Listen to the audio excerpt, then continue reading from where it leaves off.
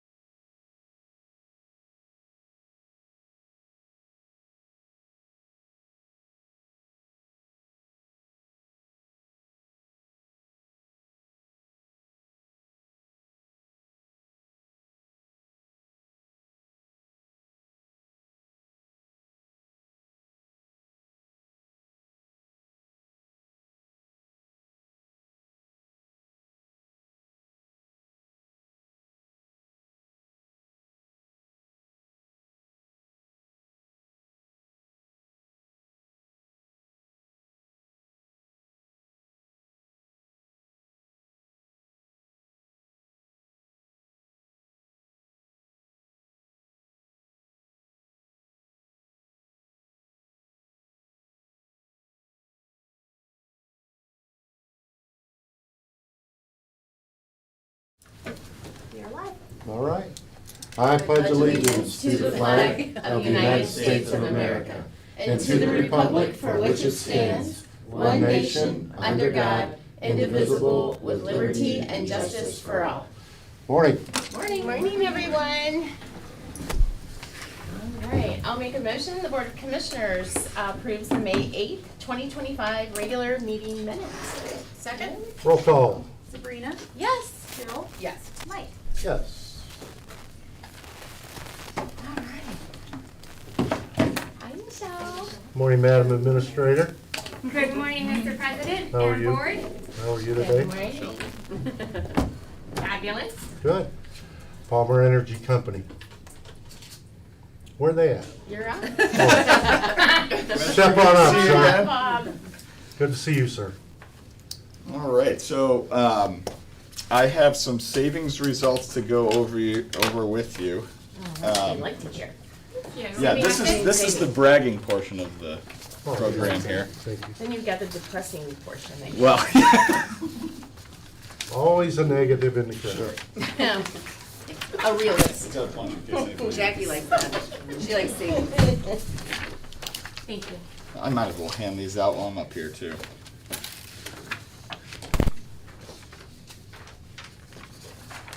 Thank you. I didn't study for this. There'll be no questions All or right, tests. good, or good, anything good, like that. good. It'll just be me talking. All right. Okay, so the first handout that I have is just a savings analysis, and it's basically the reason we grouped together the county facilities, and the reason we've kind of done this, and the reason you're in the CCAO program. Can So you do me can- a favor? Can you set up here so the Yeah, set up here, sure. microphone picks you No up? problem. Yeah. Thank you. So you can kind of see here, the annual estimate or estimated usage is just over, well, not just over, almost 21 million kilowatt hours with 177 meters included in the program. The utility is Ohio Edison. This was sent out, it might look familiar because it was sent out last October. And our current supplier is Dynegy Energy. At 0.05360. And so our contract, the last month of the contract was in April. So it ends in May.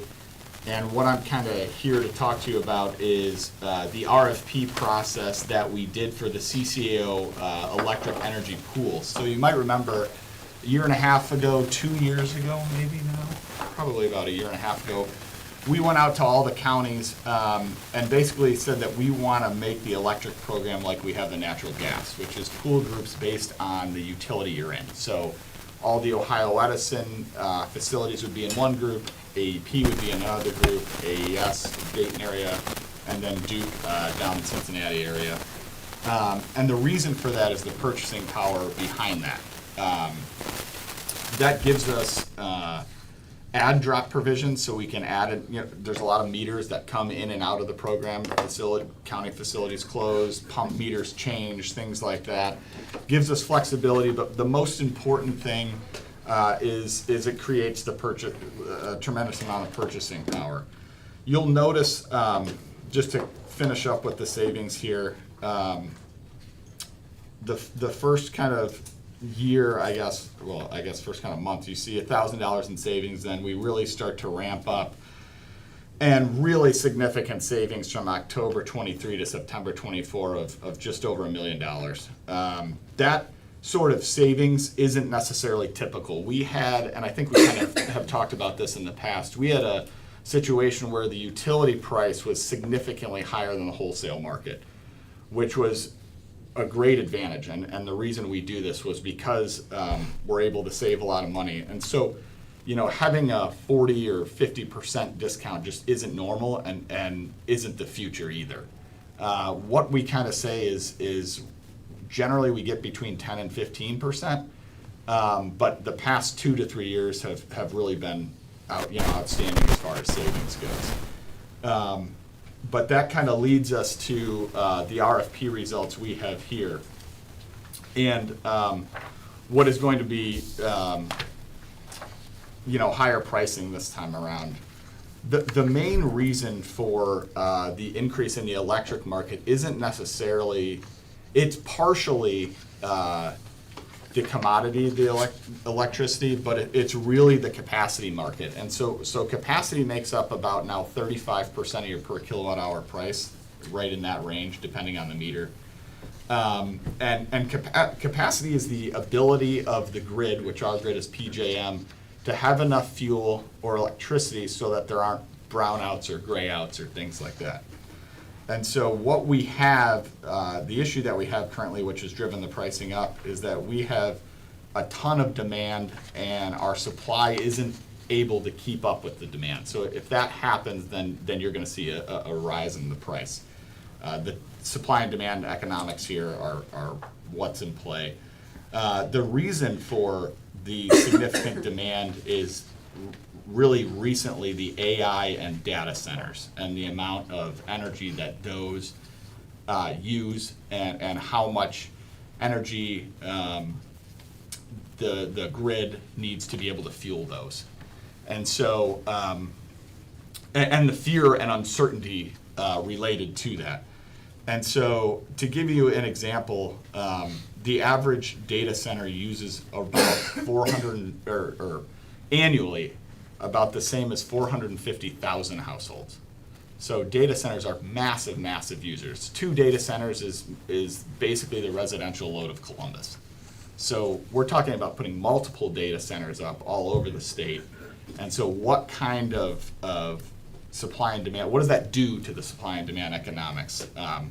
And so we've had about almost a 10x increase in the capacity portion of the per kilowatt hour price, which reflects to about, right around 2 cents. So if you look at the offers here, and we can kind of go to the recommendation now, we've split, the CCAO split this up into 3 groups, basically small, medium, and large. So the first group you see there is the major majority of the meters, which use under 700,000 kilowatt hours. We have, in the program as a whole, we have about just over 3,800 meters that use under 700,000 kilowatt hours. And you'll notice that there's a difference between group 1 and group 2 and 3. 2 is between 700,000 and 4 million kilowatt hours, and then 3 are really large facilities that use over 4 million kilowatt hours annually. You'll notice there's a different supplier for Group 1, which is Dynegy, and you'll notice that the pricing structure for Group 1 is all-inclusive. So an all-inclusive price is fixed. It's that 0.08046 number. The reason we do that is kind of for budget certainty, and because most of those meters that use less than 700,000 kilowatt hours, load profiles don't change much. So you think about pump stations and things of that nature that don't really change a lot. So that's kind of why we went with a fixed all-in price. Groups 2 and 3 are larger users, and you'll see that the supplier is CPV Energy, which is obviously different from Dynegy. We're using for 2 and 3 capacity pass-through pricing structure, which is basically, you'll notice the price is cheaper, the 0.05767, because capacity is not included in that number. So we've talked about capacity pass-through before, and we've done it before here. Basically, capacity pass-through will change on a monthly basis based on each individual meter's profile. The benefit to this is you pay actuals rather than estimates, is kind of the best way to describe it. So it's almost pay as you go based on your usage profile or each individual meter's usage profile. Why is that beneficial, and why do we do that instead of going with all-inclusive for the 2 larger groups? It's because if you look at each individual meter that's larger, there's a larger likelihood that there could be efficiency projects going on with those meters. So if you look at all the counties that we have in the state of Ohio, which in this is 67, more than likely, there's going to be county facilities that are doing efficiency projects.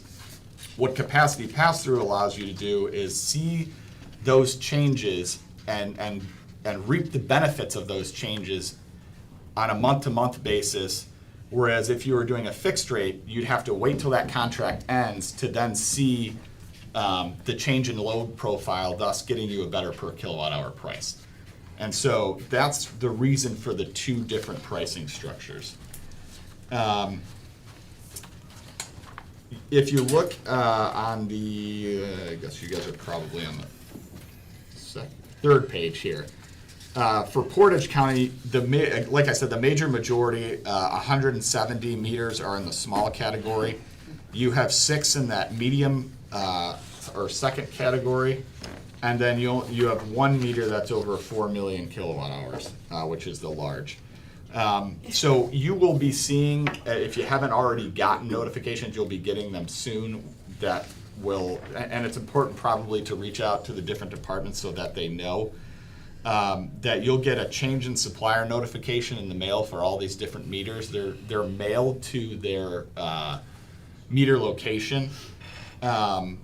So I would, recommend reaching out to the different departments just to let them know, hey, you're going to get, the majority of them will say that you're switching to Dynegy, and then the larger meters will say to CPV Energy.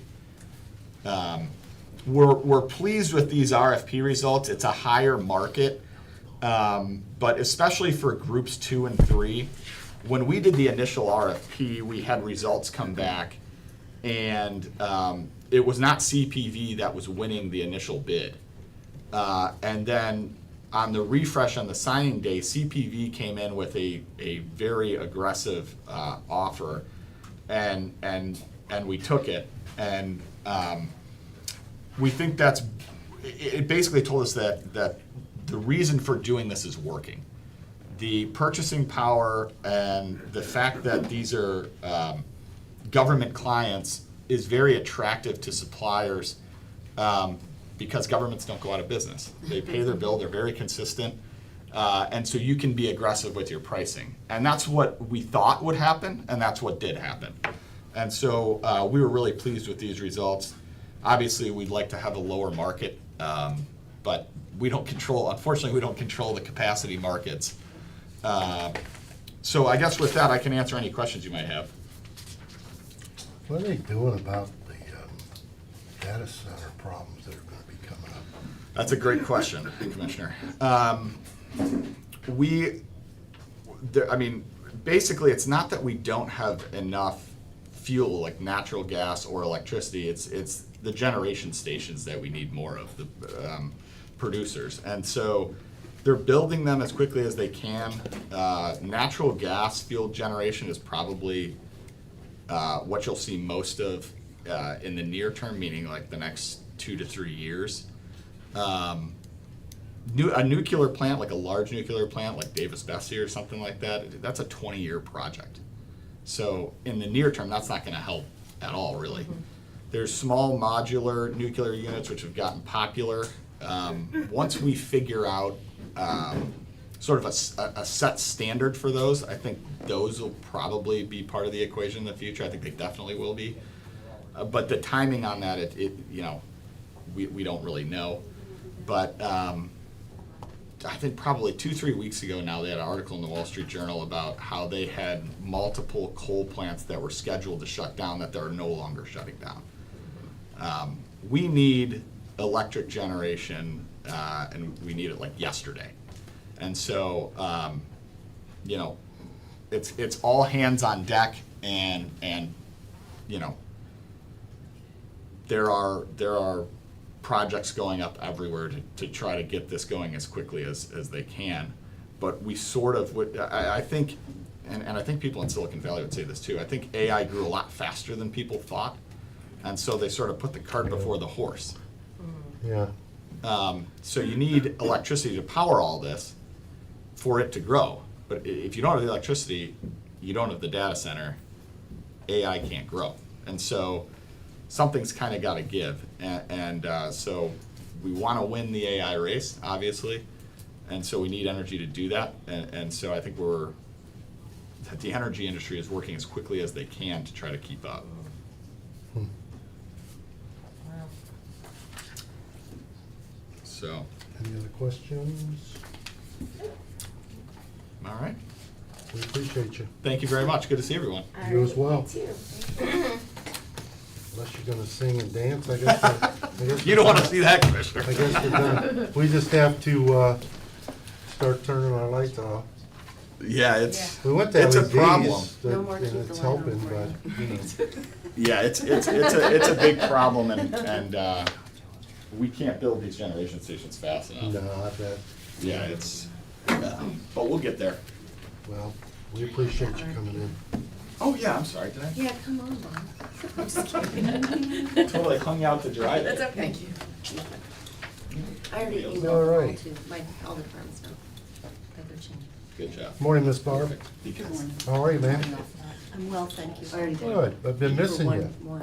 Oh, how nice of you. and that's the thing. You been all right? It's like, Oh, yeah, I had to get my lawn mowed, I had Okay. to do this, that, the other. Well, if you're looking for a lawn, you can come over to mine. because the building. A little extra. The lawn just ruined my ankle yesterday. Oh, did it? I know. Well, we're not as young as we used to be.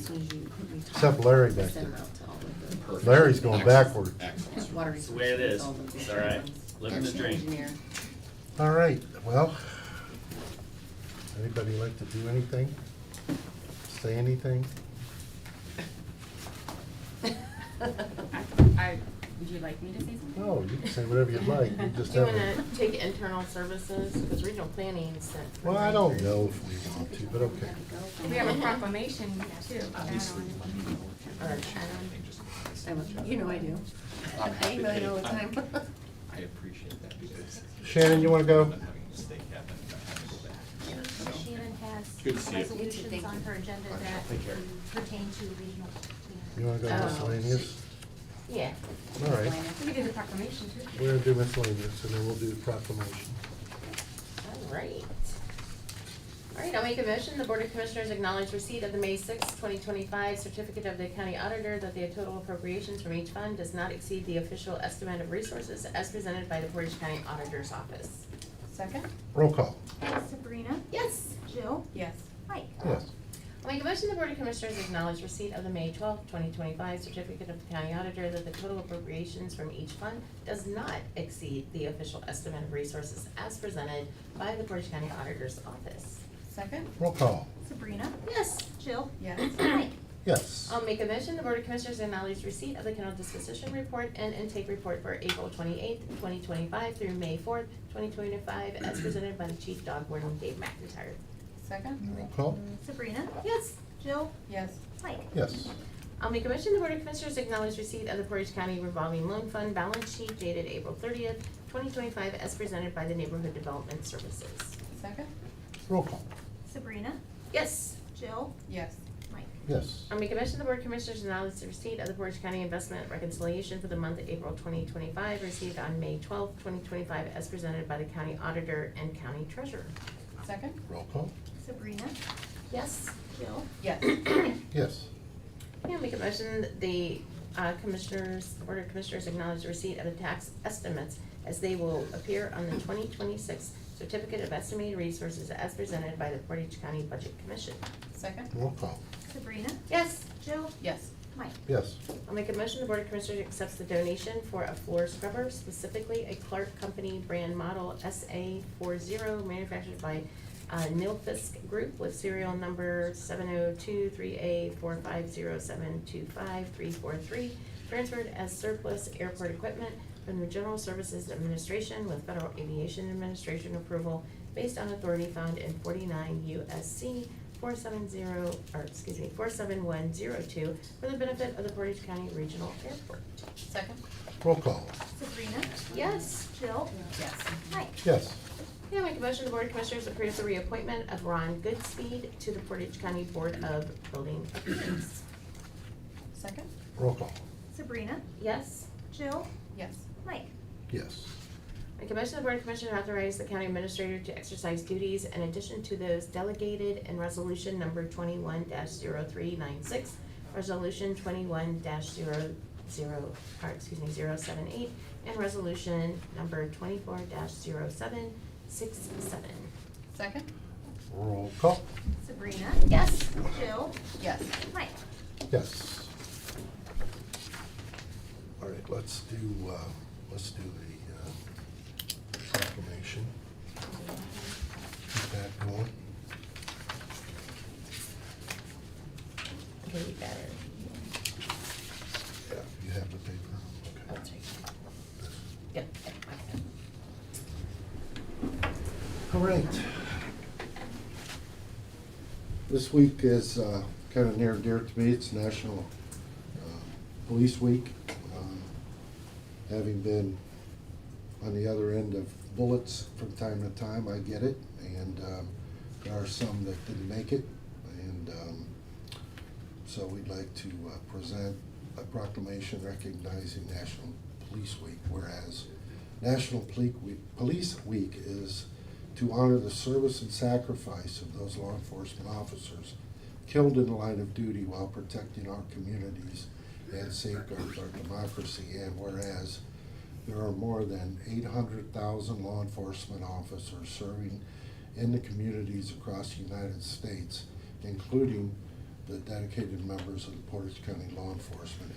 And Whereas since the first recorded death in 1786, there are currently more than 24,000 law enforcement officers in the United States that have made the ultimate sacrifice and lost their lives in the line of duty, including several members of the Portage County Law Enforcement.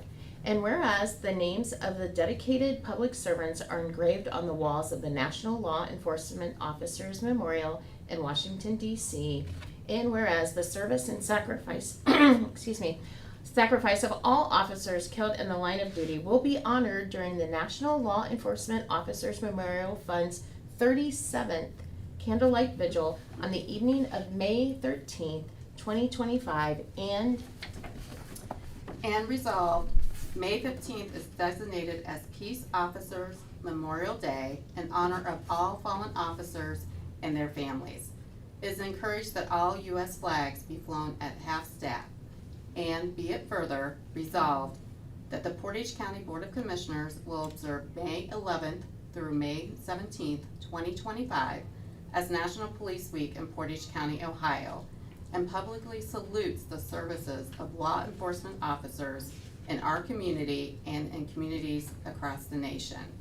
In witness thereof, we have hereunto subscribed our names and have caused the great seal of Portage County to be affixed this 15th day of May, 2025. awesome. You grab a picture real quick. Oops. Okay, got you. And on the Very good. first Saturday of June at the FOP on State Route 44, Portage County, we'll have a memorial service for our fallen. And I was given the honor this year to read the names of the fallen members of our law enforcement community. And, you know, there's things that happen and people get angry at law enforcement, but you have to understand they leave their homes every night. Sabrina's husband did the same for years. And, you know, when they leave, you don't know if they're coming home. And, you know, many calls to my wife saying, can you pick me up at the hospital? Because just things happen and you don't expect them. And, you know, when you have people out there that'll die for you and your family, it's a tribute. And I just want to thank everyone in blue, State Patrol, local police, city, villages, townships, the sheriff, for the job that they do. So, Absolutely, I agree. Thank you for that. all right, regional planning. That'd be me.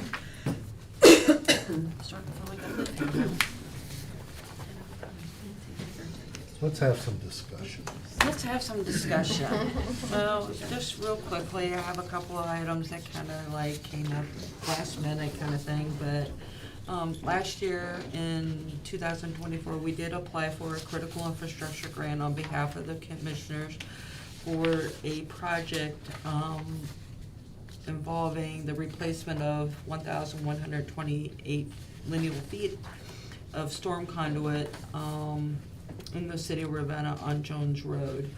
I provided some photos of where the issues are as far as the flooding. And the city of Ravenna has reached out to me. They believe they have addressed all the issues that the state had with the application last year. And therefore, I am coming back to you to get your permission to resubmit a pre-application to see if we can apply for it again. Okay, I'm good. Yep, yep, All absolutely. right. Do your thing. Alrighty, we shall try. The second item that I have is relating to the 2024 Community Development Block Grant. Because of the fact that the contractor has opted out to provide the lawn services, John's Lawns, you had passed a resolution to award to them. Since they're opting out, I am having to go with another contractor who is the second lowest bidder, which is gonna be Jeremiah Greathouse now. Because of that, and because of the difference in the number of people in which they said that they would serve, John's Lawn said he would serve 58 people. Jeremiah Greathouse said he would only do 50 households. So I am moving, I would like to move $10,000 over from the Streets Road demolition over to this activity to cover any differences in cost, because we're adding, I had already guaranteed 58 people to be on the list, and now I'm going with a different contractor who is only gonna give me 50 people, so I wanna be able to take those 8 people into the program So without. who's gonna do their lawn? Huh? Who's gonna do their lawn? You. No, Are you you're above? saying he's only willing to do 50, but you guaranteed 58, so Yeah. is he not gonna pick the 8 up, or? who's Yeah, gonna he do said it? he would. Oh. Yeah, he said he will go Oh, ahead and okay. take it, and that's why I'm asking for the additional money. In addition to being able to take on those additional 8 people. The height of the grass is now like up to here apparently, and so it's gonna take them longer to get through these people, so. Yeah, I was surprised that he didn't get it, you know, but like you said, it's a bidding process, because he's done it There since was, fruition to be of honest, this there was only program. $4 difference between the 2 bids, which is ridiculous. So I was willing to work with this other company because they were the lowest bidder. Never worked with them before, but I thought, okay, well, he's lower, so. Four but- whole dollars. Yeah, for $4 whole, yeah. Lisa, tell us, so everyone's, just so we're staying up on top of, there's something to use.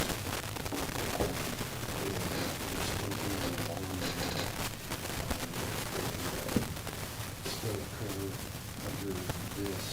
No, if it appears, I've told the contractor, well, Jeremiah Greathouse has done the lawn mowing services for the last 4 years.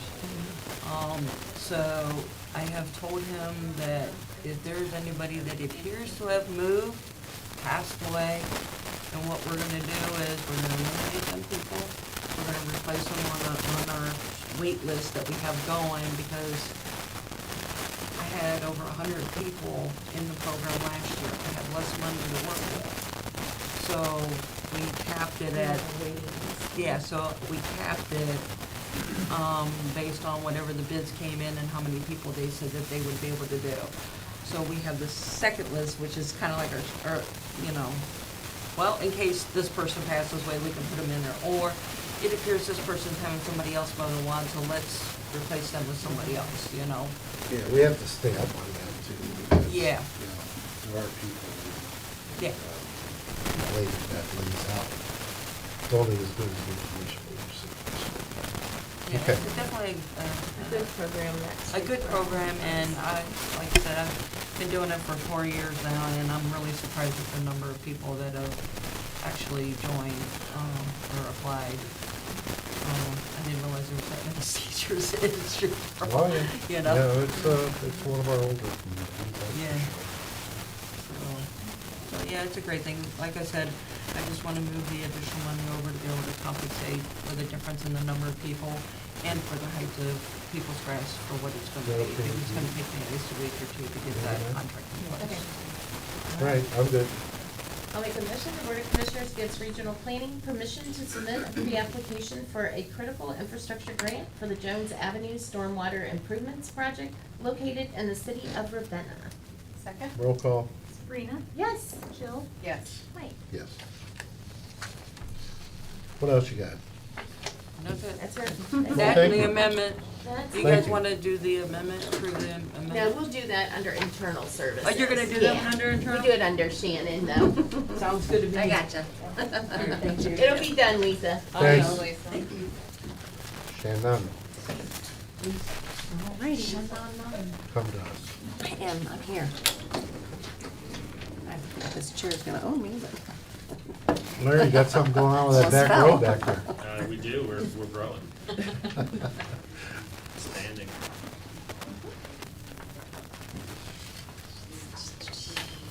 Thank you, ma'am. Welcome. So- You're welcome. Alrighty, project updates. Good. This auditor is getting very long, but we're coming to an end. All right, we're still on track to be completed by the end of the week. It looks awesome down there. So we're scheduled to do the walkthrough punch list next week. Trying to work out a date with the architect is when everybody can be on the same page. We'll go around with our blue tape. That's my favorite part. Let's see, if you go to the second page, 7th floor, still on track to be finished the week of the 26th, maybe a little bit earlier. You can see that they're doing the tile. They still have another box of tile that they need to still get in. They're like 6 short, so they're getting that in. And then they'll just go like crazy with the rest of the fixtures. If we go to page 3, the annex building, the new start date, it's gonna be the end of May, beginning of June.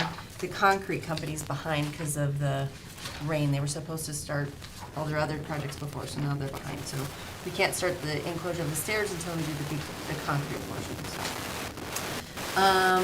At the annex building, there is an ADA button request for the restrooms. We got a cost on it. Our first cost is $7,400 for the restrooms, for the interior and the inside of the bathroom and the outside of the bathroom, so you hit the button so you can go in. I'm getting another cost because I think that's very high.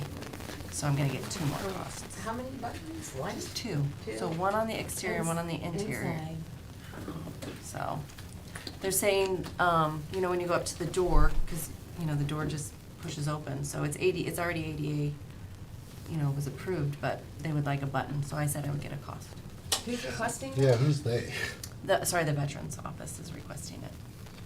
Sorry, they is the Veterans Office. Yeah, The because annex you've got building. other entities in there. Yes, so. pardon me, yes, the Veterans. Sorry about that. Let's see, the Justice Center, the brick pillars, we received 2 bids, and the parent low bid came in at $20,000. I think we should probably address it before it gets any worse. And that was Pretty actually, bad. I didn't think so either, so, I actually went out, I went out yesterday and looked at the color of the brick, just to make sure it was somewhat matched, because you're gonna be able to tell a little bit of a difference when you start replacing the brick. And it was pretty close, it was a pretty good match, so if you all are okay with that, we'll take that out of my projects. Everybody's good with Yeah, that? I'm Okay, good. yep, okay. If you go to page 4, the fire pump, they have rescheduled, the date for the 21st, so that would be next Wednesday for the install at the Record Center. They just were backed up in their scheduling. And that's all I have. Thank you, ma'am. You're welcome. Shannon, do you have anything on any of your resolutions? I do not. Do you have any questions? I don't. Yes, I will. All right, the Board of Commissioners accepts the contract change order number 1 for the construction agreement with Ron Yap Painting, Inc. for the project known as 2025-441 resurfacing project for the resurfacing of various Portage County roads. Second? Roll call. Sabrina? Yes. Jill? Yes. Mike? Yes. Okay, I'll make a motion, the Board of Commissioners agrees to enter into an equipment lease agreement with Visual Edge IT. Second. Roll call. Sabrina? Yes. Jill? Yes. Mike? Yes. Okay, I'll make a motion, the Board of Commissioners agrees to enter into a septic assistance program agreement with Portage County Regional Planning Commission and Quank and Sons Excavating for a septic system replacement. Second. Roll call. Sabrina? Yes. Jill? Yes. Mike? Yes. I'll make a motion, the Board of Commissioners agrees to rescind Resolution 25-0243 dated April 24th, 2025 to award and enter into a contract with John Flons LLC for the 2025 through 2026 Streetsboro Senior Assistance Program lawn mowing service. Second. Roll call. Sabrina? Yes. Jill? Yes. Mike? Yes. I'll make a motion, the Board of Commissioners agrees to award and enter into a contract with Jeremiah Greathouse Services for the 2025 through 2026 Streetsboro Senior Assistance Program lawn mowing service. Second. Roll call. Sabrina? Yes. Jill? Yes. Mike? Yes. Okay, I'll make a motion, the Board of Commissioners declares obsolete and authorizes the sale by public auction of miscellaneous equipment from the Portage County Water Resources Department. Second. Roll call. Sabrina? Yes. Jill? Yes. Mike? Yes. Okay, I'll make a motion, the Board of Commissioners approves the general sewer agreement with sanitary sewer improvements to Forest Ridge Phase 6, Portage County Water Resources Department, project number RV-024-100P.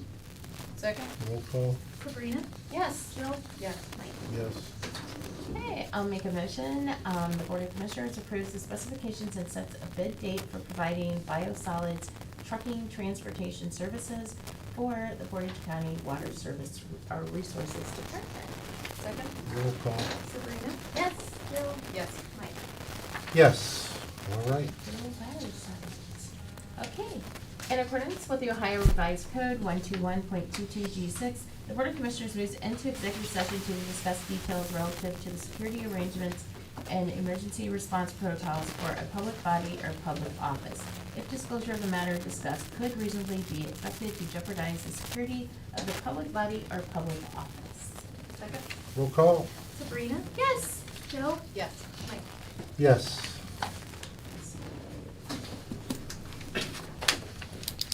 We won't be long, folks. Okay, are you gonna give this to the FOP or are you gonna take it to? I don't know, I was gonna ask. Yeah.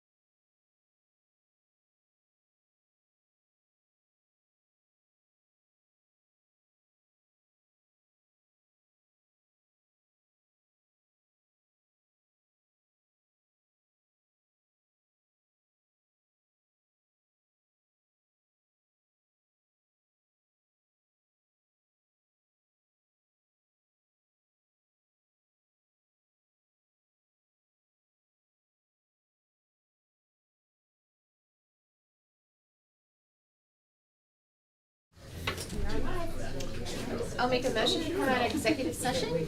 Second? Call the roll, please. Sabrina? Yes. Jill? Yes. Mike? Yes. And I'm gonna make a motion for a journal entry, just so that we don't forget it.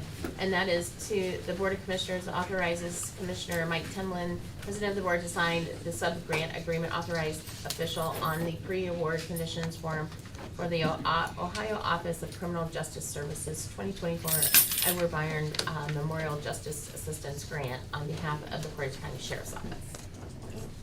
Commissioner, just to be clear, that's not an action from the exec session.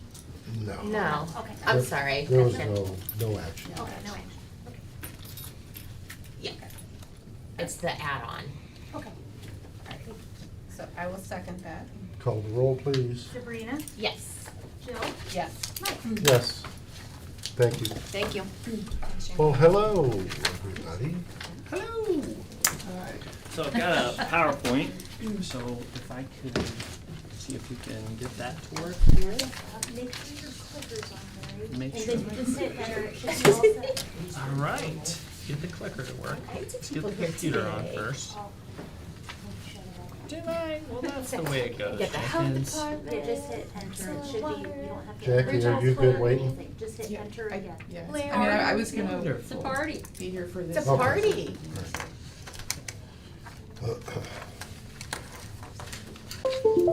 There you go. There we are. That's the sound. Wow, that coffee must be hot. It is. There we are.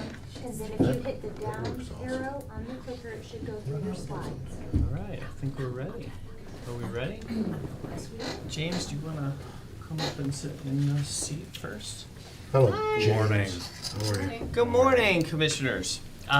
This is James Akins. He's from EMH&T. He's going to be the second in a group of like 6 of us that you're going to have to sit and listen to. And we appreciate your time sitting and listening. My Thank time's you your so time. much. We're here to talk about the Stormwater District and the Stormwater Permit.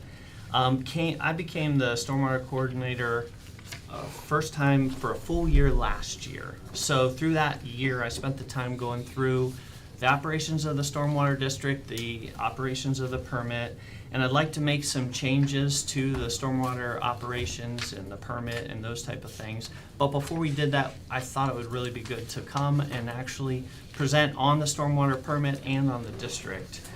We made the similar presentation back in 2022. Sabrina was here at the time, but the 2 new commissioners weren't here, so we thought it'd be really good. Stormwater is pretty random, and so what we did is we printed out a cheat sheet for all of you. We have all these stormwater acronyms and definitions, and although some people say it's dry, I think it's awesome. So, but we're giving you your cheat sheet to go along with that. All right. Let's see. So we're gonna go through the whole entire permit. We'll discuss the tweaks that are coming in the future, but use that to just kind of follow along as we're talking a bunch of acronyms. So forgive us to start with. So we'll go right into it. First thing is our agenda. I'll open and discuss the permit, why we have it, what it's here for, and what its purpose is. The second is going to be, we get to the nitty-gritty of what the EPA requirements are, and we're using our consultant to run through that. That's with James. Our next thing is going to be the Stormwater District. I'll come back, well, I'll still stay here, and go through what the district is and those type of things. After that, we'll have Lynn from Soil and Water talk about public education involvement. Amos and Todd Peets will talk about illicit discharge septic systems. Eric Long from Soil and Water will talk about construction discharges, facility maintenance. And then I'll close and we'll all be done, and we'll just talk about the things that are coming in the future, okay? So I thought the best way to kind of go through what the NPDS permit is, what the MS4 permit is just to kind of throw together a timeline of the creation of what happened. The first thing everyone remembers is the Cuyahoga River, the burning river. We got a really good craft beer from that. But also, it was 1969. The Cuyahoga River had burned 13 times before that, and in 1912, as a result of the burning river, 5 people died. So it's a very, very polluted, obviously, we all know the pollution there. As a result of that, 3 years later, Nixon signed the Clean Water Act in 1972. And 72, what that did is establish what the basic structure for the regulating the pollutant discharges. It gave EPA the authority to implement water quality controls, and then this is really what is the start of the permit for the overall NPDES program. It's the National Pollutant Discharge Elimination System Permit. The slide shows industrial sewage coming into the stream, and it was really set up originally because when we think back of the Burning River, how polluted the Cuyahoga actually was. So outside of that, we go to the Water Quality Act of 1987. Now, I'm going to zoom in on the next one after this. Let's see if we can get there. There we are. So the Clean Water Act of 72 did not include stormwater runoff. So Congress amended the Clean Water Act and actually created stormwater regulations and stormwater runoff control in 1987. The most important thing that happened there is it defined municipal stormwater discharges as point source discharges pollution. So where it comes in and affects us immensely is it created a sub-permit called the MS4 permit. Again, maybe on your acronyms, it's the Municipal Separate Storm Sewer System. I'll go in a little bit later actually what that actually is with some slides ahead of time here. And then we will see how that actually comes into play. But what happened was they turned into stormwater for municipalities, and it was all based on population. So they rolled it out in 2 phases to control stormwater for municipalities. Phase 1 dealt with medium and large cities that had more than 100,000 people. The second phase, which is us, is smaller MS4s with populations up to 100,000. That all happened, they rolled out phase 1 in 1990. I'm not sure if you can see, you can't see my pointer there, but in 1990 they rolled out phase 1. Phase 2 was 1999 when the legislation was enacted there. And then in 2002, the US EPA mandated the NPDES MS4 phase 2 permitting. 2003 is when we began the 5-year permit cycle that we are under right now. We're in the 4th iteration of that 5-year permit, and its current runs from April 1st, 2021 and expires March 31st of 2026. So we'll also be coming back with a new permit, becomes new changes, new rules that they throw at us each year. What I talked about here a little bit was the MS4. It's not that complicated, but when you think of stormwater, you don't think of it as a point source. It becomes a point source discharge because of the way that it actually flows out of municipalities into the waterways. So you've got runoff from road surfaces, roof surfaces, gutters, downspouts, yard runoff, runs into storm drains into inlets into a storm sewer system. It's a separate system. It needs to just be remembered that it's not anything to do with sanitary sewer system. That's treated at a wastewater treatment plant. It becomes a point source discharge because all that storm water runs into a storm sewer system, and that at an outfall point, it dumps polluted water into our waterways itself, okay? This next slide here, on the slide on the left, shows the green line. That's representing the separate system. That's a sanitary sewer. The dotted blue line is a storm sewer system that's picking up all the polluted runoff that's coming through there. It dumps into an outfall point. That second slide to your right shows where it locally ties into one of our streams. We've got drains, storm drains there. Ditches are also included in that, but essentially all the oils, greases, pesticides, sediments, they're transported through this municipal separate system, this storm sewer system, and ultimately discharged into our waterways without treatment. And the main purpose of this permit is designed to educate the public and work to minimize stormwater pollution, because whatever goes in that storm sewer goes into our drinking water, okay? So that's the whole part, and a quick understanding, I hope, of what an MS4 permit is and why we have to actually control it. I'm going to turn it over to James. He's going to go to the technical parts of that and how it's actually applied. All right, James? Thanks, Larry. Good morning. Good morning. Morning. So Larry talked a little bit about kind of, defining what an MS4 is. And the EPA has a small MS4 MPDS permit. So to apply for coverage under that permit, each municipality needs to submit an application. So a notice of intent, NOI, to obtain coverage under that permit. And as Larry indicated, the permit typically runs on a 5-year permit cycle. So every 5 years, you need to reapply.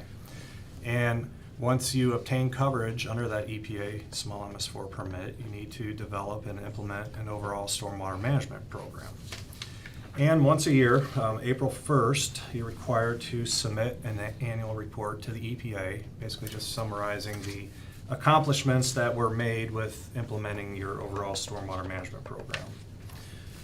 So the stormwater management program, the purpose of it, again, is to reduce or eliminate pollutants that are discharged from your MS4 into waters of the state. Needing to implement BMPs, or best management practices, to help improve water quality and prevent or reduce stormwater pollution. So again, once you obtain permit coverage, you develop the stormwater management program. The first program was developed, put together in 2004, and every time a new permit comes out, because they run on a 5-year permit cycle, the program is updated to reflect any new requirements that the EPA has included in that new permit. So what the actual program consists of is, one, identifying your pollutant sources. What are the pollutants of concern within the community? Establishing best management practice goals and implementation procedures associated with improving water quality. And the plan or program needs to address 6 minimum control measures, or MCMs. And then you need to identify the team who's involved with the implementation of this program, which we're going to hear from the team here in a few minutes. And then kind of how do you evaluate if the program is being successful? Are you properly implementing the BMPs that you have within your program? So as I indicated, the overall program needs to address EPA required 6 minimum control measures. And these are the 6 minimum control measures, and I'm just going to touch briefly on each of them to kind of give you an idea of what are the EPA's expectations and requirements to incorporate BMPs within your plans. And then our team's going to come in next and kind of talk a little bit about the BMPs that have been implemented to show you how this plan is being successful, which is reported on to the EPA on April 1st. So MCM1, Public Education and Outreach, it's all about distributing information throughout the community on what they can do to help improve water quality or reduce or prevent stormwater pollution. So within your program, you need to identify your target audiences and target pollutants. So your audiences consist of the general public, residents, business owners, developers, school children. So you want to identify, okay, who is our audience, what are the target pollutants, and what type of educational information can we distribute throughout the community to spread the message on how to improve water quality. So the EPA wants you to have at least 5 messages or themes over the permit period, using multiple mechanisms to deliver your message and distribute education throughout the community. And the overall goal over the 5-year permit period is to reach at least 50% of the population. So that's MCM1. MCM2 is about public involvement and participation. So again, when you identify your target audiences, it's about creating opportunities for the public to choose to participate with, again, providing an educational component and a water quality improvement opportunity, and provide these activities over the 5-year permit period. And then it's about tracking, what information has been distributed throughout the community, how many people have attended the events, and reporting that to the EPA on your annual report. So then we get into the third MCM, illicit discharge detection and elimination. This is a big one. This is a big effort to implement this, the BMPs for this MCM. It's about reducing or preventing illicit discharges to get into your MS4 system.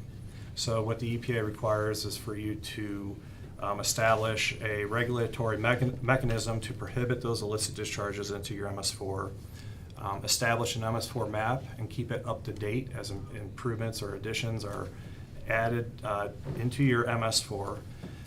So having that MS4 map, which includes locations of home sewage treatment systems that are connected to your MS4, and privately maintained water quality best management practices. And then once you have your regulatory mechanism in place, you have your map, then it's about monitoring those outfalls and looking for signs of illicit discharges. And if illicit discharges are identified, it's about determining the source, notifying the property owner on where the illicit discharge is coming from to make sure that's being properly addressed and have enforcement protocols in place if need be. So that's MCM3. MCM4 has to do with construction sites, stormwater runoff control. So it's about managing runoff from construction sites of 1 acre of disturbance or more. Again, EPA is wanting the MS4 community to establish regulations that requires developers to prepare and submit stormwater pollution prevention plans, submit those to the county for review and approval, and require the developer and contractors to properly install and maintain their controls during construction. And then once the projects become active, going out and inspecting these sites to make sure that the county-approved stormwater pollution prevention plan is actually being properly implemented. So you go out, conduct an inspection, create a report, identify required action items that need to be addressed, and if the developer and contractor is not properly addressing them, having enforcement capabilities in place. And then you get into MCM5, which is similar to MCM4, but now this is post-construction, so this has to do with once the projects are completed. Again, it's about having a plan, requiring a plan to identify which BMPs are going to be installed during construction to manage the runoff after construction is completed, having an operation and maintenance plan prepared that identifies instructions on how to properly inspect and maintain that BMP, and have an agreement in place to make sure that that BMP is going to be inspected and maintained after construction is completed. Those two plans need to be submitted to the county for review and approval. And then go out and inspect these privately maintained BMPs just to make sure that the post-construction operators are properly maintaining them and having enforcement capabilities if need be. And then a few more components of MCM5. One is about providing education to developers. So this kind of ties in back to our MCM1 about education. And it's about providing education to developers about considering implementing green infrastructure BMPs into their site improvement projects. So it's about collecting the water, treating it, and promoting infiltration of the water into the ground rather than into the MS4 system. And then to help to improve water quality, look at existing detention basins and look for potential retrofits to incorporate a water quality component to it. And then we get into our final MCM, which is MCM6, and that has to do with pollution prevention and good housekeeping for municipal operations. And it's all about, maintaining your overall MS4 system and tracking pollutants that are removed from the MS4 system, preparing an actual plan, a stormwater pollution prevention plan for the township and county maintenance facilities, identifying the outfall locations, so if an illicit discharge is occurring from the facility, knowing where those outfalls are located so those illicit discharges can be properly addressed, inspecting those facilities and having procedures in place if there's a spill or leak at the facility. And the EPA is wanting an annual employee training to properly implement this stormwater pollution prevention plans and include procedures again for if illicit discharges are identified into the MS4. So there's a lot of information there, but those are kind of in general the 6 minimum control measures and kind of what the EPA's expectations consist of. And so it's about developing a program, identifying best management practices to address those 6 MCMs.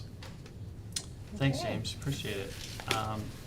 Going into now, what you just heard from James obviously is a lot of technical stuff that are required to be done by this agency to make sure that permit is still valid.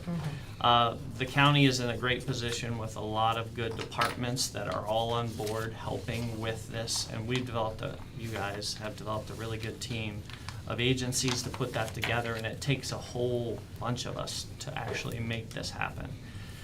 In 2009, the commissioners implemented the stormwater district, and that was implemented for the sole reason of operating and maintaining this NPDES permit, not for any capital improvements, not for anything else other than just trying to stay up with the unfunded mandate put on us by the EPA to have these NPDES permits stay in place. So I just want to quickly highlight that resolution. It talks about the NPDES permit. It requires discharges of stormwater from MS4s, and that's the county, to obtain the permit, just like we talked. The next thing is they establish this district. It's all of the boundaries described in the territory of Portage County lying outside of the incorporated municipalities. So in order to do that, the entire county is part of the stormwater district except the cities and villages. Just no incorporated areas are part of the district, but everybody outside of that is, so that we can maintain and operate this permit for this county. Next thing is the monies deposited from the stormwater utility, as I mentioned, are only used for the cost of management, maintenance, and operation, and the implementation of the plan. Any other expenses cannot be spent in terms of capital improvements for stormwater. Very important part of the whole stormwater utility.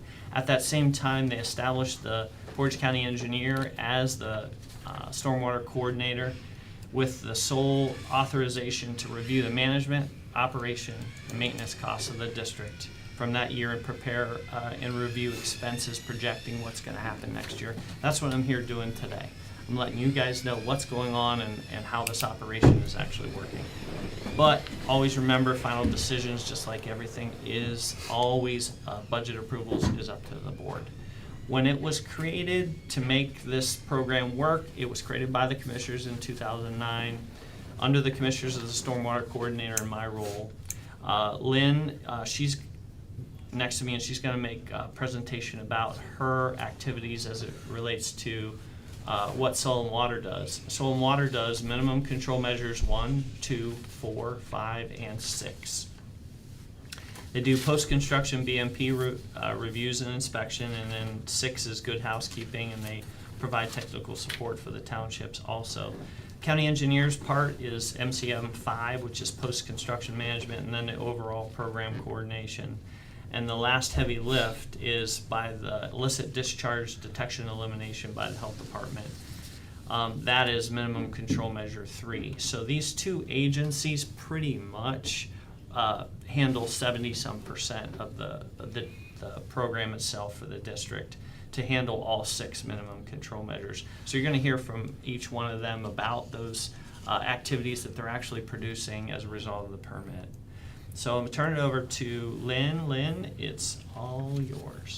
Hi, good morning. Good morning. So really for public education, for stormwater, really the first thing you need to do is kind of get back away from these technical terms. They're really hard to understand, and if you want the public to understand what you're talking about, you need to use more simple language. I need simple language. Sayings like, we all live in a watershed, and if it's on the ground, it's in your water. Those are much easier to understand. But the point is that our collective land use habits do add up. And so, for instance, if you're slow to pick up dog poop from your yard, you might not think that that's such a big deal, right? 1 yard. But we have 31,000 registered dogs in Portage County, and we have 65 cows and 25 horses and 8,000 chickens, and waste from our failing home sewage treatment systems. So that's a lot of poop on the ground. that is delivering bacteria, phosphorus, nitrogen, and other pollutants into our waterways. We have 322,000 acres in Portage, and that are home to a variety of land use activities and pollutants. So yes, our bad habits add up, but the flip side of that is also true, and our good stormwater management habits add up too. So the next slide, we're gonna stay right here. Sorry, Larry. We're gonna look at some of these BMPs a little bit. So regardless of the size of the parcel, or the activity taking place, the BMPs have pretty much the same goal. We want to slow the flow of water across the land to give it time to soak into the ground. We want to increase water storage. We want to prevent soil erosion. We want to improve soil health. We already have soil in place, and if we treat it right with some simple management strategies, we can increase the organic matter of our soil, and that same soil can hold an additional 20,000 gallons per acre just with 1% increase of organic matter. And we want to reduce our chemical inputs. So the U.S. Fish and Wildlife Service tested water in rural, a hard word for me to say, and urban areas. And they found that homeowners are they use 10 times more fertilizers and pesticides per acre than farmers do. And so, for us to have an effective program for the public, we really do need to include education efforts targeting those home landscapes and the fertilizer, especially the garden and lawn fertilization schedules that pollute water. Okay, now Larry. So one of the ways we do this, so MCM requires that we have to raise awareness of stormwater. Now we can do that. And we do that through print media, social media, articles in newspapers, newsletters.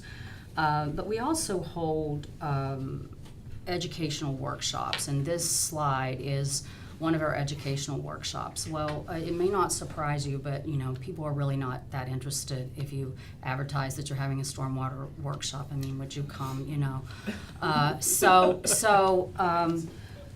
But people aren't that interested in it. But we do have a lot of Portage residents that are interested in hunting, fishing, landscaping, gardening, creating wildlife habitat for birds, bees, and butterflies.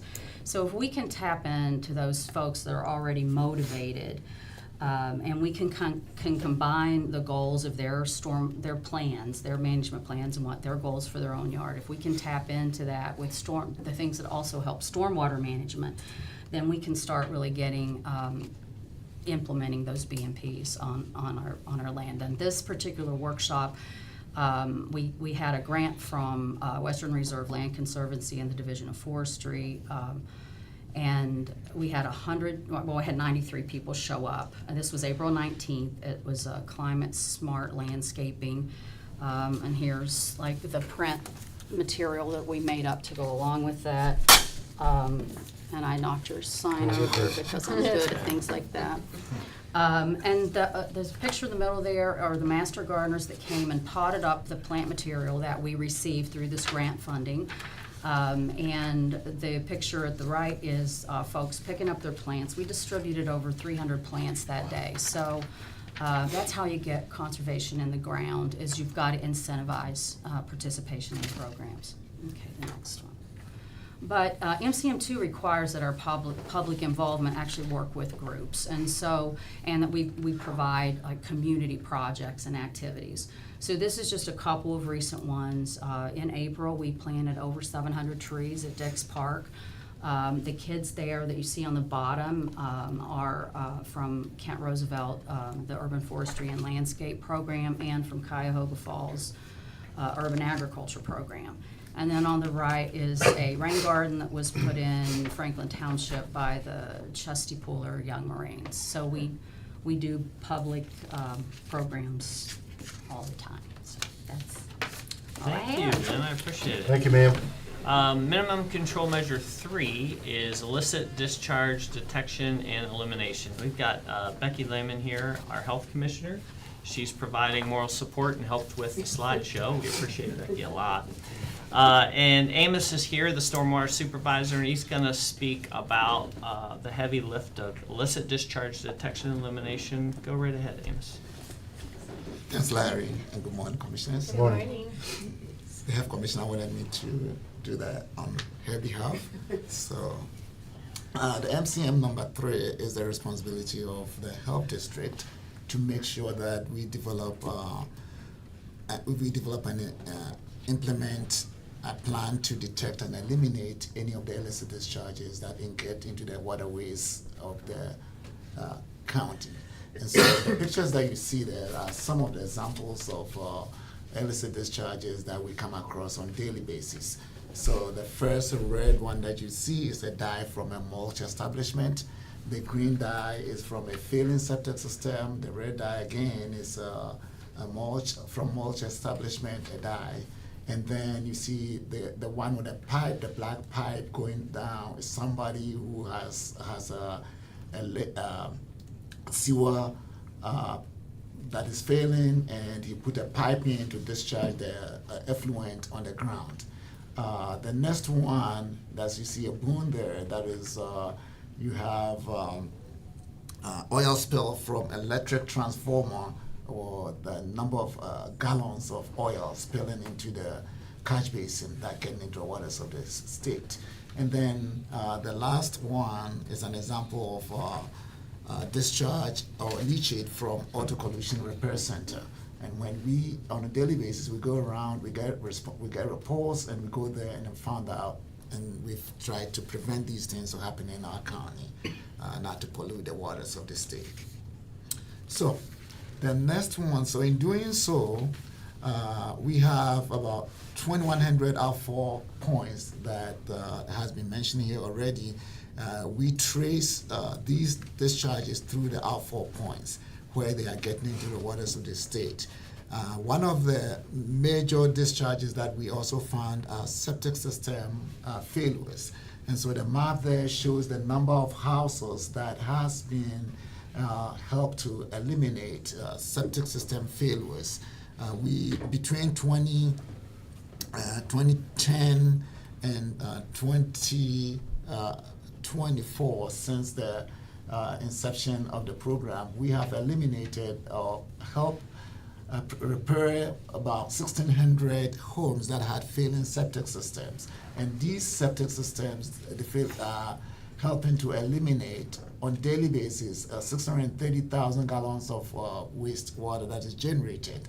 And with that comes a number of nutrients in pounds that are eliminated per year. So for instance, 138,000 total suspended solids are eliminated, 270 5-day biochemical oxygen demand, 30,000 phosphorus, nitrogen accounts for 76,000, and ammonia is responsible for 58,000. All these now pollutants would have gotten into the waters of state without the stormwater program, helping to eliminate the failing septic systems.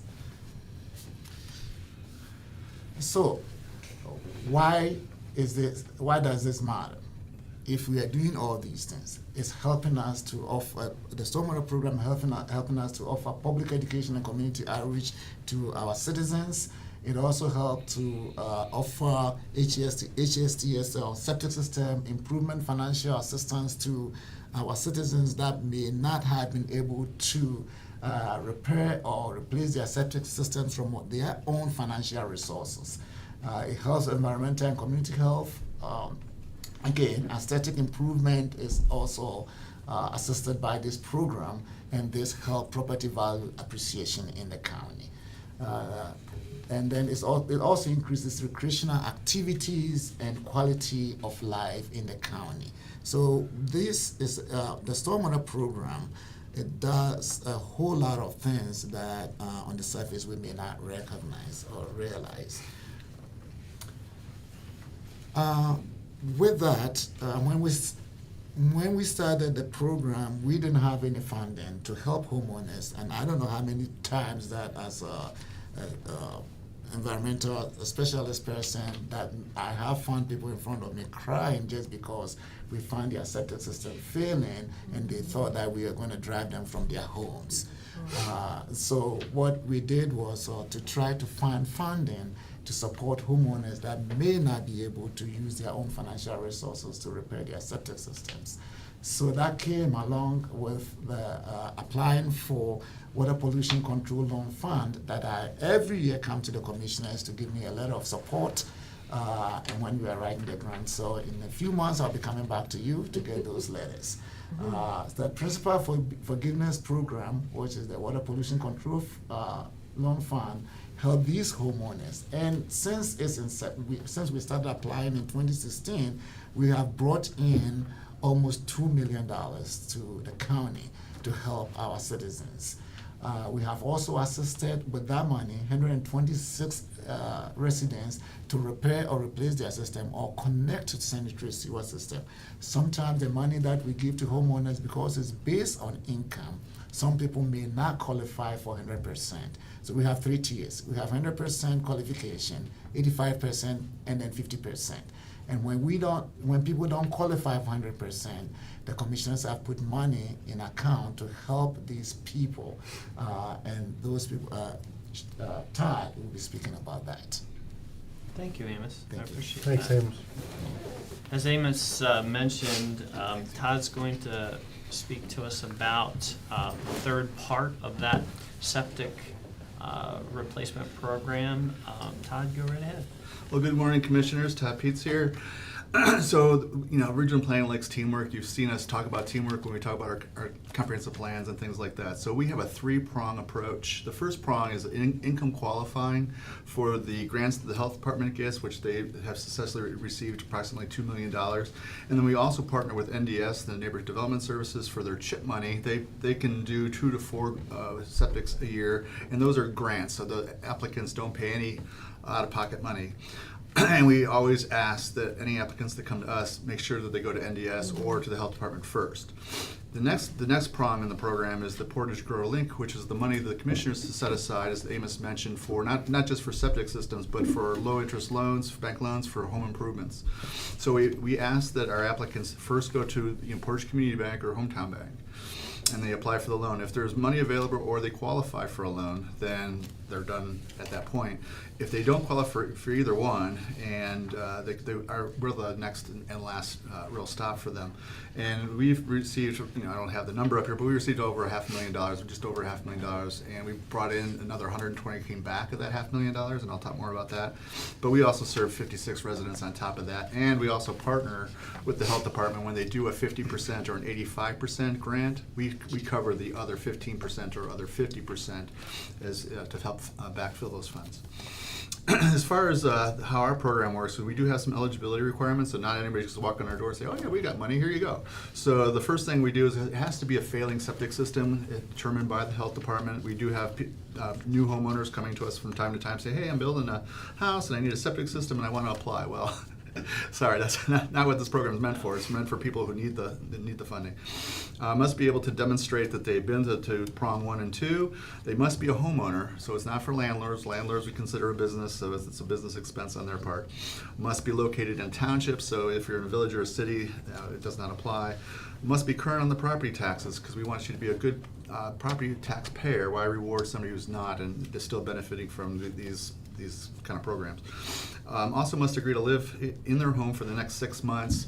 The reason for that is we have people coming saying, hey, we're selling our house, they just came by, did the inspection, we need a new septic system, we need a septic tank now. We don't do that because it may get lost in the title work because they are really close to closing and we just don't want that to be lost in the process. And also in our program, the homeowner must pay back the money, but it's at a 0% interest rate right now, and they pay us back at the time of the sale, the property time of transfer. And then also, due to our limited funds, we've maximized our loan amount to $20,000. Most of these come in at about $14,000 to $15,000, but we have had unusual cases where they were $28,000 and $26,000, which again gobbles up the money at twice the speed. So we put a kind of a, I forget what that's called, a cap on it. It's when you go too fast in your car, which I never do, and it stops. I forget what that's. I forget what that's called. idea. I don't know. It's okay, forget it. But we're governor. There it is. It's a governor. It stops you from getting any more money. So that's our program, and I will pass this back on to Eric Long is next. Thanks, Todd. Appreciate that. As Todd mentioned, we've got our stormwater engineer from Solon Water here, Eric Long. He's going to talk about requirements that we have to meet minimum control measures 4, 5, and 6. Thank you, Commissioners, for your time. I really appreciate it, and good morning. Good morning. All right, so as later mentioned, I'm going to hit some highlights of the last 3 minimum control measures, 4, 5, and 6. As a reminder, I know James spoke with you about it before, but minimum control measure 4 is the construction site runoff control program. What we're dealing with on this one is active construction sites. So anytime, you go ahead to the next one. Sure. Anytime that there's going to be a construction program or a construction site, a new project that's going to happen in the unincorporated portions of the county, they have to submit what's called a stormwater pollution prevention plan to our office for review. When those plans come in, I review them to make sure that they're compliant with the Ohio EPA's permit requirements. And then after an approval is issued on those projects and they begin construction, we then serve as the stormwater sediment erosion control inspectors on those projects. In 2024, we had almost 160 site inspections, sediment erosion control inspections conducted throughout the county on 18 different construction sites. Also in 2024, we implemented a new program called SWIP-Track. It's an application that you can use on your phone or tablet while you're in the field to do some digital data collection while you're conducting the inspections. It then produces an inspection report for you and can then automatically email it to any of the interested parties, such as the construction manager for the site or the developer of the project. All right, minimum control measure 5 is kind of the other side of that coin. It's the post-construction stormwater management. So what are we doing to protect our stormwater resources after the project is completed? This includes a lot of different types of BMPs that are implemented to help reduce pollution that leaves throughout the life of the newly constructed project. You can see a few examples there. We've got a rain garden, a retention basin, and some porous pavement. So really, MCM5 goes hand in hand with Mineral Control Measure 4. The post-construction stormwater management gets submitted along with the stormwater pollution prevention plan, and it gets reviewed at the same time. So we check to make sure that their post-construction plan meets all the requirements, and then while the project is going, is being installed, when they're actively constructing, we inspect those BMPs while they're being put in the ground to make sure that they're installed properly. And then after the project is completed, we will inspect to make sure that final conversion of those stormwater structures is completed. And we, in 2025, this year, we're adding a new module to SWIP-Track where we can not just do the active construction inspections, but do these post-construction inspections with that software as well, so that we can really verify and document that these BMPs were implemented properly. Another important aspect of Minimum Control Measure 5 for our program is the Subdivision Stormwater Maintenance Program. So residential subdivisions and homeowners associations are notoriously bad at knowing how to manage a stormwater management facility. They don't know what it is, how to care for it, how to maintain it, and even if the homeowners association is still around, they don't know what to do, and more often than not, that homeowners association dissolves or isn't there, and nothing is being done with them. So we have, as part of our program, this maintenance that we're caring for roughly 25 subdivisions throughout the unincorporated portions of the county. These are subdivisions that were put in place after 2003, which was when those rules changed for the EPA. So any of those subdivisions that went in after 2003, unincorporated portions of the county, we're going out and doing the maintenance of these stormwater basins.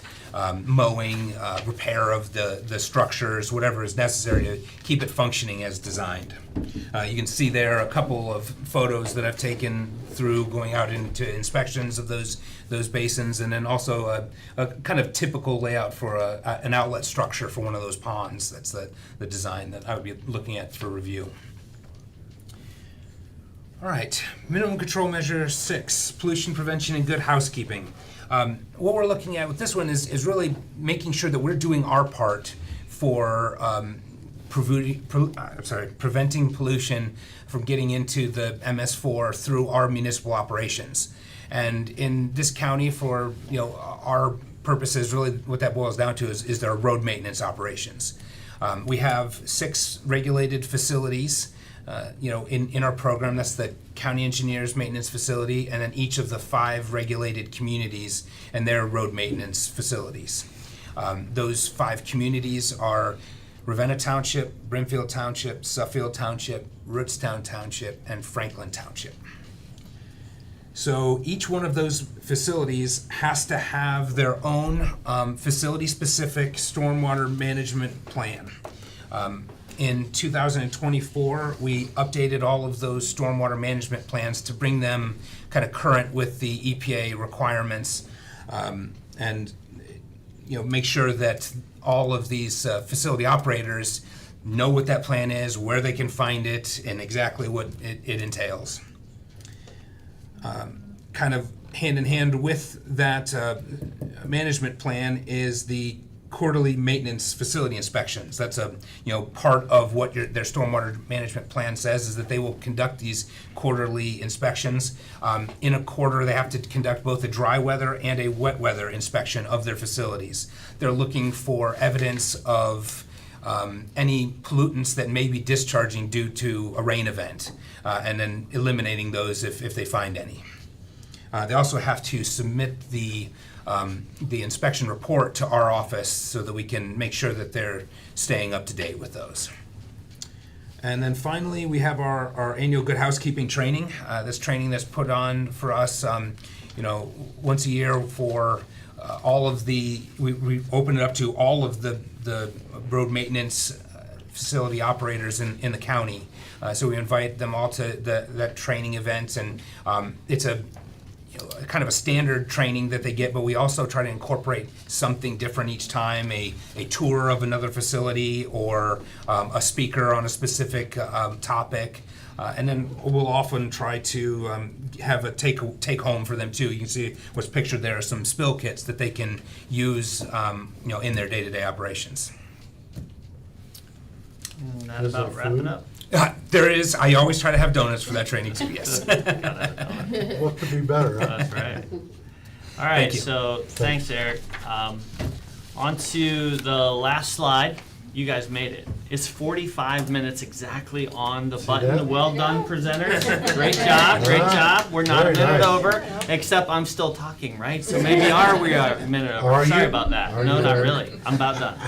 So we just went through that whole thing. It's a lot. I think the departments work really, really well together, and they do a really good job. And overall, my evaluation of the whole system is it's in really good shape.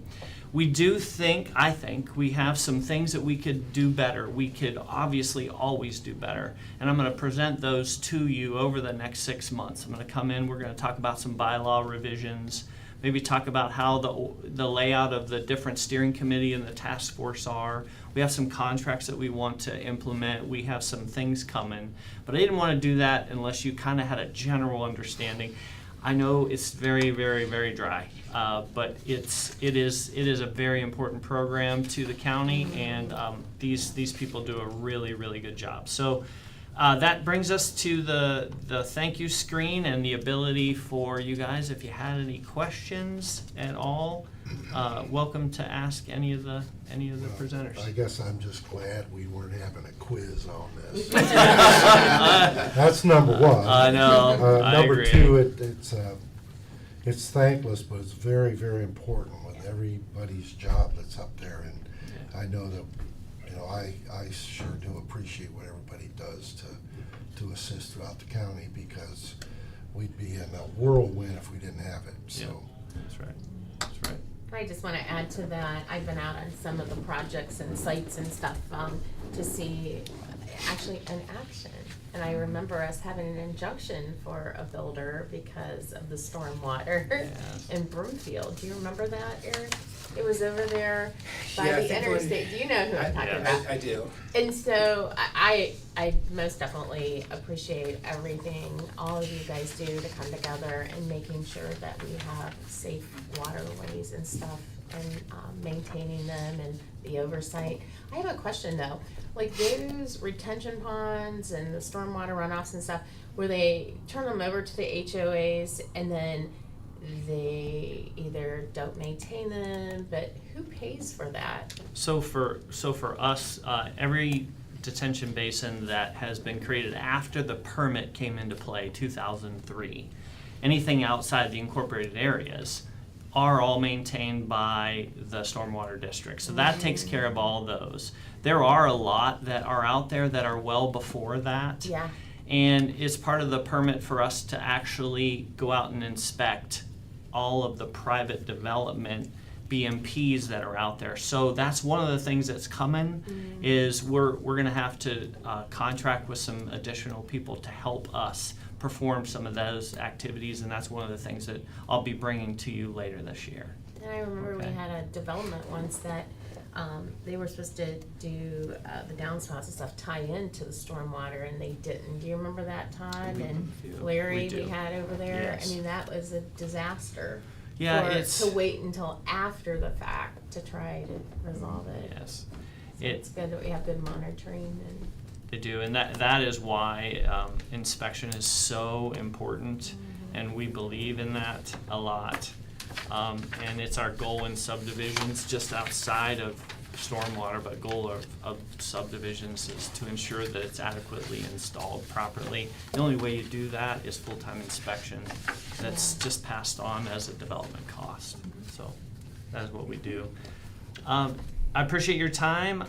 Like I said, we'll be back here over the summer, and but we just wanted to get on the same page. Okay? Appreciate it Thank you very very much. Thank you. Thanks everyone for Thanks. coming in. Thank you guys for staying away. Yeah. Oh, did it look like it? Did you hear Mike snoring up here? Did not, did. did not. You guys are getting good. I got this figured out. No, thanks again. I appreciate y'all. Yeah. All right. Thank Do you have any public comment? Yeah, would you check, please? Before we get started with Jackie. Thank you, everybody. Yeah, thank you. Thanks again. Good seeing you, Amos. Bye-bye.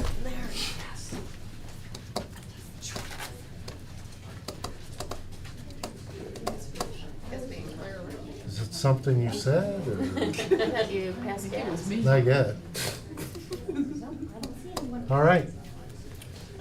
Well, It feels like fresh air. thank you for waiting. I appreciate you. I wanted to listen to that.